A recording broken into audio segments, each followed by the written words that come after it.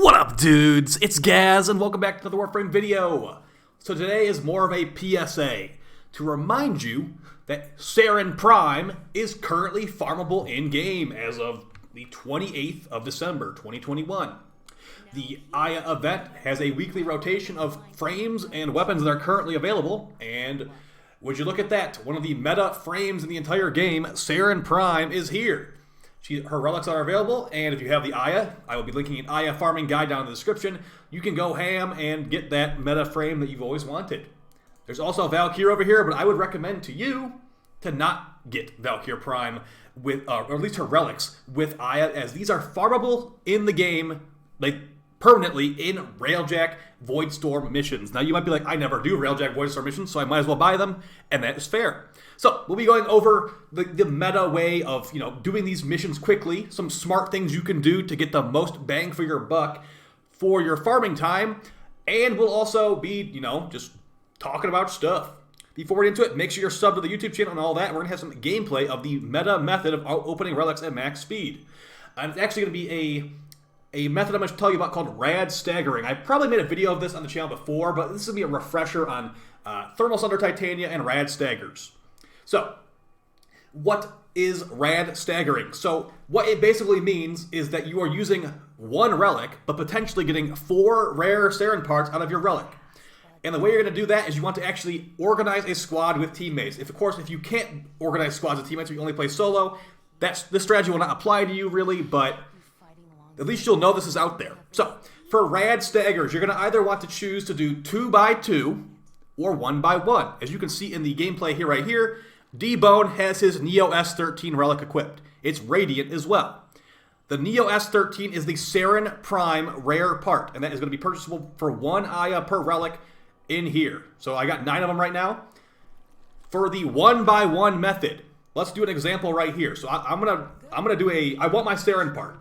What you can do is you get your 4 people in your squad, and then depending on which order the names in the chat are in, let's say I have people that I somewhat trust or know, maybe they're in my clan, maybe I met them on Twitch chat or something like that.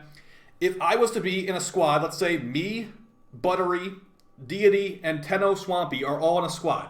If we were to run a 1x1 rad share fissure, we would do 4 missions total.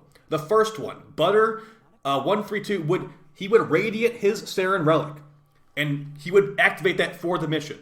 The other 3 of us, Deity, myself, and Tenno Swampy, we would use random other relics. And the reason for that is because we're trying to get the most bang for our buck out of our 1 relic.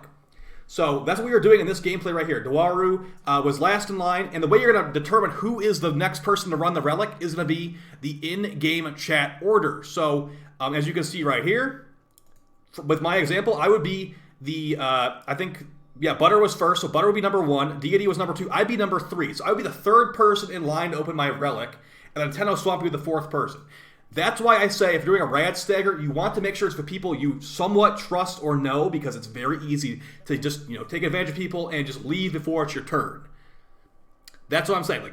It's a dangerous method, but you potentially can get more bang for your buck. That's the 1x1 method. The 2x2 method's the same thing, but instead of just the first only one person activating the relic, it would be basically Butter and Deity would activate their relics, and we'd run the mission. After the mission's done, me and whoever the other guy was, Tenno Swampy, that would be our turn afterwards. So two relics, 2 Saryn relics, then 2 Saryn relics after that.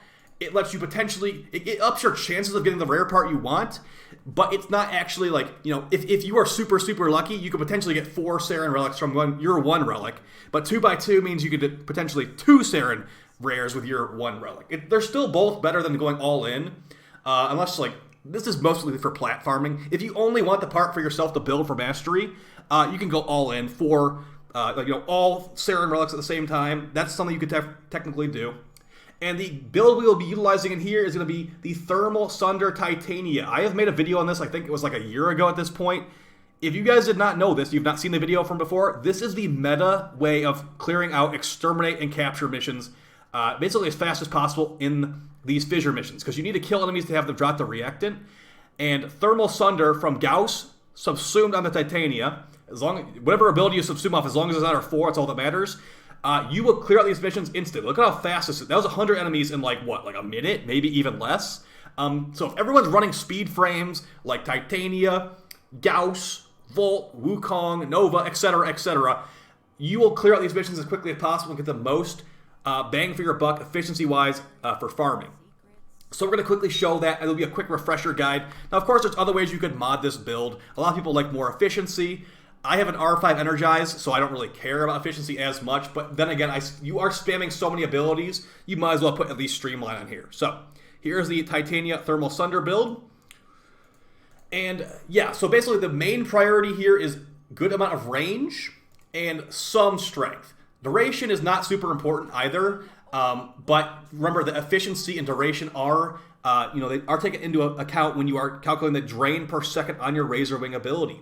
Titania is the best because she literally becomes an arc wing and flies around. She can be really, really fast, especially if you're using Razor Wing Blitz. Whenever you cast an ability, it gives you increased flight speed and fire rate, stacks up to 4 times. This scales with power strength, and when you spam Thermal Sunder from Gauss, dealing good chunk of damage in the area, this counts for that. So you'll be flying through the mission at max speed. Some other things you can keep in mind. Apparently on console, driving Titania around is a little bit more annoying, so maybe take off Razor Wing Blitz if you are having a problem controlling her and put a different mod in that slot. Maybe some more range. As you can see, this build is pretty tight. You could probably fit a little bit more range on there for nearly max range, but less speed. And you want some power strength, as these enemies are just normal fissure enemies. They're going to get nuked down by Thermal Sunder in one cast pretty much. So yeah, it's really, really good. And like I said, I'll be linking some other videos on that we've had on the channel down below too, like a really fast Wukong build.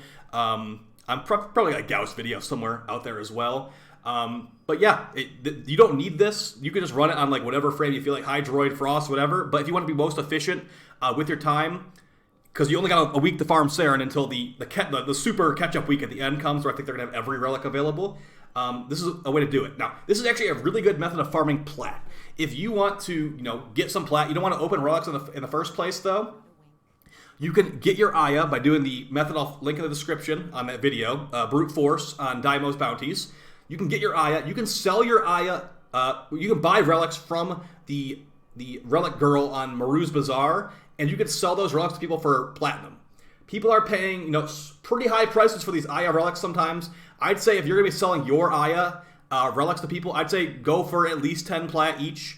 Some people, buy them for 5 plat each. I've bought them before for between 5-10 plat each. And if you get let's say you have 100 Aya, 10 plat per Aya, that's 1,000 plat right there. If you don't have time to open these relics all day long to potentially get a Saryn part out of there, that could be a pretty good use of your time. 1,000 plat is nothing to sneeze at for most people. That's something you could definitely do. Additionally, like I said, the Saryn Prime is probably the main prize here, but a lot of people are interested in the Nikana Prime as well. The Nikana Prime is a pretty high tier melee weapon, and that's going to come from the same relics that Saryn Prime comes from. Also, don't sleep on the Venka Prime, probably the best claws in the game easily. So, if I was to recommend relics for you to buy this week, the Saryn rare part comes from the Neo S13. Additionally, the Saryn common part comes from that as well. So I'd say maybe stack up on some Neo S13s. They're a pretty good relic. It also has a Nikana Prime blueprint as well, very good. So a top tier relic right here. As far as the other ones, we've got the Saryn Prime Neuroptics and the Lith C5, which is, good enough. This also has the Cernos Prime Rare. This is what I probably wouldn't recommend to you, as the Cernos Prime is still farmable in Railjack Voidstorm, so think about it if you want to open it. This Lith V6 has the Saryn Prime Blueprint, which is going to be necessary to build the entire frame, and the rest of the stuff's not as important. As you can see, the Nikana Prime Blueprint is also in the Lith V6. If you're trying to go for big plat, Nikana Prime Hilt is a item you might want to go for. That's going to be coming from the Meso N8. And that one's going to also... This one actually has no other Saryn parts. So if you are specifically going for Saryn parts and don't care about Nikana, don't get the Meso N8. As we already talked about, the Neo S13 is perfect.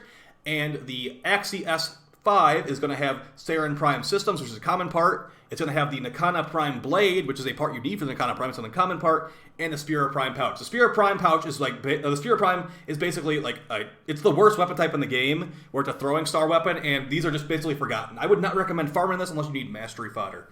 So yeah, maybe you could go for this, but if you are opening Neo S13s, you're going to have plenty of Saryn Prime systems potentially, so you probably won't even need to buy this unless you just really want the Nikana Prime. And the final one is the Axie V9, which is going to have Saryn Prime Neuroptics and the rare parts of the Venka Prime Gauntlet. Venka Prime is really, really good. We have videos of it on the channel. It's one of my favorite melee weapons, and you potentially go for this. So, top priorities for Saryn, Neo S13, Lith V6, and maybe like another one that has the Neuroptics in it, because you're not going to have Neuroptics. And then for Nikana, Meso N8, and then probably just still open Neo S13s to get the other parts you need. And then the blade for the Nikana comes from the Axie S5. Alright guys, hopefully you found this video helpful. I think the next week is going to be Glaive Prime, Reaper Prime, Ember, and Frost. That would be a pretty good one too. But we will not have a PSA for that week because I just gave you a PSA right there. Alright guys, take it easy. Peace.